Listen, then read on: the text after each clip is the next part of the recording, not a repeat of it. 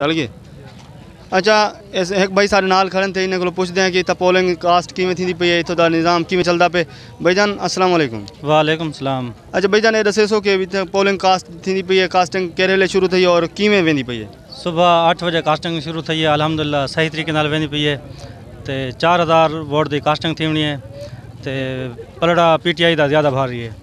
अच्छा, इतना कर वोट कास्ट ज़्यादातर PTI दे थींदे पे? PTI दा बल्ले दा। अच्छा, तो इतना कर कोई किस किस्म की बदअमनी का कोई ऐसा नज़र तो नहीं आता पे? कोई बदअमनी का नहीं, कोई बदअमनी का नहीं, बिल्कुल साफ माहौल है।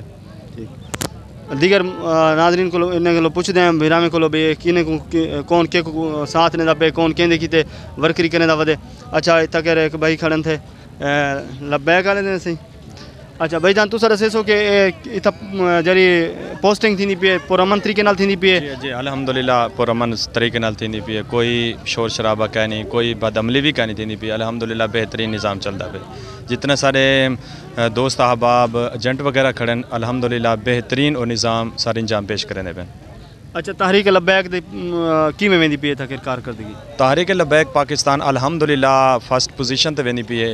ये मज़ीद पता लग सी जिस टाइम अपना गिनती थी सी, हाल ही फ़िलहाल अल्हम्दुलिल्लाह सही वेंदी पी है। ठीक, थैंक यू।